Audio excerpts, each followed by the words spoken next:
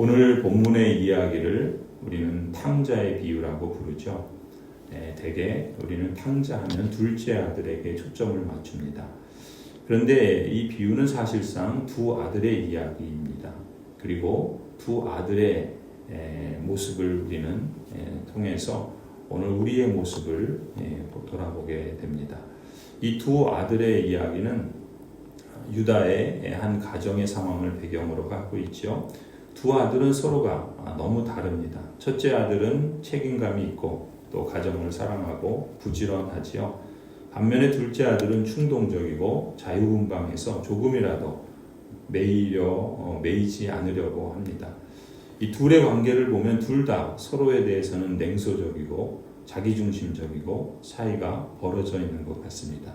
이런 상반되는 차이에도 불구하고 한 가지 공통점이 있다면 아버지의 입장에서 두 형제는 사실상 모두 탕자라는 사실입니다. 즉 잃어버린 아들들인 거죠. 흔히 작은 아들만 잃어버린 탕자라고 생각하죠. 실제로 24절이나 32절 보면 아버지도 그렇게 표현을 합니다. 이 아들은 죽었다가 살아났고 내가 잃었다가 되찾았다. 이 작은 아들은 아버지의 유산을 받았지만 그걸 감사하거나 또 그걸 아버지의 뜻대로 사용할 생각을 하지 않고 오히려 세상 속으로 들어가서 아버지를 멀리 떠났습니다. 이 둘째 아들의 문제는 아들의 정체성을 모른다는 거예요. 그리고 유산을 주신 사명도 전혀 안중에 없다는 거죠.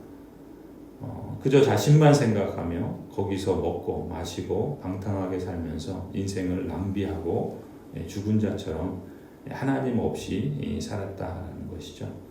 작은 아들은 이처럼 아버지의 관계가 끊어져 있는 존재로 보여집니다. 결과적으로 아버지와의 관계가 끊어진 것은 그가 모든 걸 잃었다라는 것을 오히려 역설적으로 보여주고 있죠.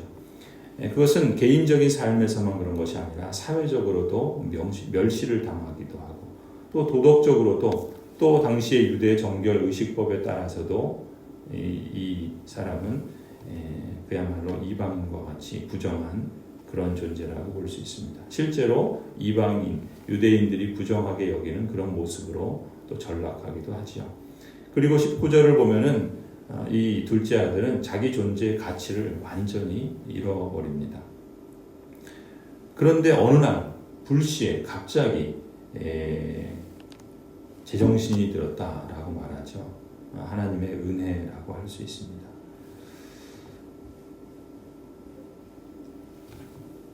아버지의 말처럼 이 아들은 죽은 아들이나 마찬가지였는데 그러나 아버지 입장에서는 그는 여전히 아들이었죠.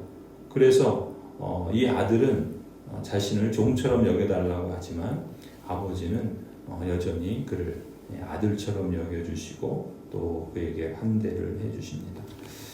반대로 초점을 바꾸어서 이 큰아들을 보게 되면은 이 큰아들 역시 사실상 잃어버린 아들, 탕자였다라는 점입니다. 큰아들은 겉으로 보기에는 집을 떠난 일도 없고 둘째처럼 방탕하게 살지도 않았습니다. 오히려 집안에서 아버지의 일을 부지런히 맡아서 일하고 또 아들로서의 책임도 성실히 다한 것처럼 보입니다. 큰아들 자신도 가정사에 기여해 왔기 때문에 그만한 대우를 받는 게 당연하다고 여겼고 또 아버지의 기업을 물려받기에 자신이 충분하다, 당연하다 이렇게 생각을 한 것 같습니다.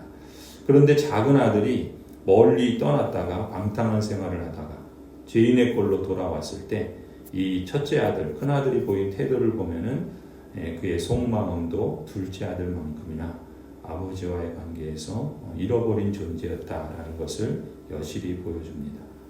마치 바리새파 사람들 같지요. 그는 아버지에게 분한 마음을 표출합니다. 그동안 꾹꾹 누르고 살다가 둘째가 모든 것 탕진하고 죄인으로 돌아왔는데 아버지가 오히려 그 둘째를 받아주고 용서해 주는 것을 보니까 속에 쌓아둔 것들이 폭발하지요. 동생에 대해 분노를 표출하고 연민의 정이라고는 전혀 찾아볼 수 없는 냉랭한 그런 마음을 그대로 드러냅니다. 이런 점에서 큰아들 역시 아버지에겐 잃어버린 아들과 같은 존재였습니다. 두 아들 모두 사실 아버지의 아들이죠. 누가 뭐라 해도 같은 아버지의 아들입니다. 두 아들 모두 아버지의 사랑을 받을 수 있는 그러한 특권을 갖고 있었고, 하지만 둘 다 그 사랑을, 그 의미를, 그리고 그 가치를 전혀 몰랐습니다.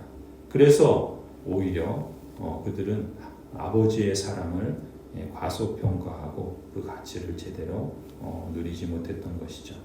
둘째 아들은 품꾼으로, 종으로 아버지를 고용주로 모시고 그 아래 일하겠다라고 그렇게 사는 것이 차라리 거지처럼 사는 것보다 낫겠다 싶어서 집으로 돌아왔죠. 큰아들은 아들의 신분을 열심히 일을 해서 얻는 계약처럼 봅니다. 29절을 보면은 그런 모습을 나타내죠. 안타깝게도 두 아들 모두 아들이라는 신분이 자신들의 공로보다는 아버지의 사랑에 달려있다는 것을 전혀 깨닫지 못한 것이죠. 두 아들 모두 각자 자신들의 삶에 선택을 하지요. 먼저 작은 아들은 집을 떠나기로 선택한 겁니다. 아들의 잘못된 선택에도 불구하고 아버지는 모든 것을 잃어버릴 것을 감수하는 그런 사랑으로 그 선택을 받아주지요. 작은 아들은 나중에서야 자신이 잃어버린 것들을 통해서 비로소 자신에게 허락된 것이 얼마나 귀중했던 것인가 라는 것을 깨닫게 됩니다. 그리고 아들로서의 가치, 아들됨이라고 하는 것이 무엇인지를 비로소 깨닫게 되죠. 그리고 아버지가 어떠한 사랑으로 자신을 받아주셨는지를 재발견하게 됩니다. 둘째 아들이 집으로 다시 돌아왔을 때 큰아들 역시 선택을 하지요. 동생을 도저히 용납할 수 없습니다. 그러니 혼자 나가 살까? 아니면 같이 살더라도 형제관계를 거부하고 그냥 살까? 별의별 생각을 다 했을 것 같습니다. 만일 그렇게 했다면 큰아들은 아들의 신분을 잃지 않게 될지는 몰라도 아들됨을 누리지는 못했을 겁니다. 이미 내게 주신 것을 감사하기보다 아버지에 대한 불평과 원망과 형제에 대한 시기와 또 분노의 그 삶은 늘 어두웠을 것입니다.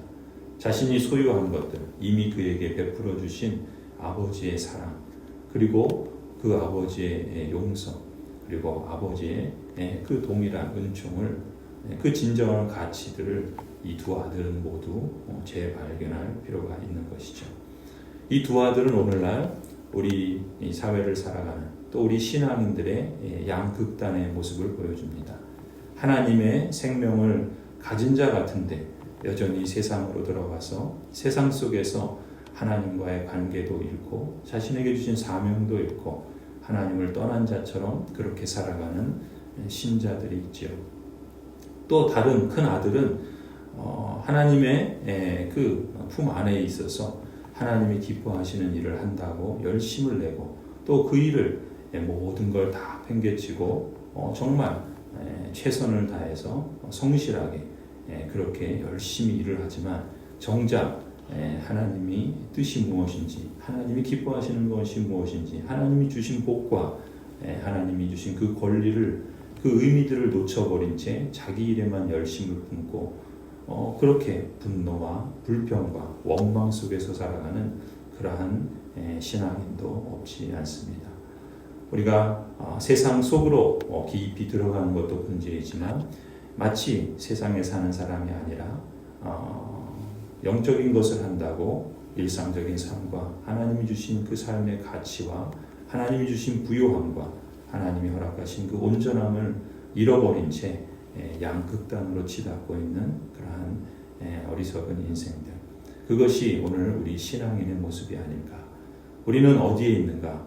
예수님의 두 아들 이야기를 읽는 우리들에게 오늘 하나님은 질문합니다. 너도 혹 두 아들 중에 어느 한쪽에 위치해 있지는 않느냐? 성도 여러분, 하나님의 언약 백성으로서 우리 각 사람에게 하나님께서 이미 허락하신 그 위치, 그리고 우리에게 허락하신 삶의 자리, 그리고 우리가 그 안에서 감사함으로 하나님께 기뻐하고 또 우리에게 주신 삶의 여정을 책임 있고 또 담대하게, 그러나 겸손하게 또 하나님이 기뻐하시는 바를 선명하게 알고 그 길을 살아가는 것. 우리 자신도 잘 살고 또 다른 사람도 하나님이 주신 그 권위와 위치를 따라서 다른 피조물들도 다른 존재들도 잘 살도록 하는 것, 하나님께서 우리에게 허락하시는 이 복된 삶의 의미와 그 실천들이 그리스도의 그 삶의 온전함과 풍성함을 통해서 우리가 이 사순절에 잘 기억하고 또 그 삶의 복된 여정을 걸어갈 수 있기를 간절히 소원합니다.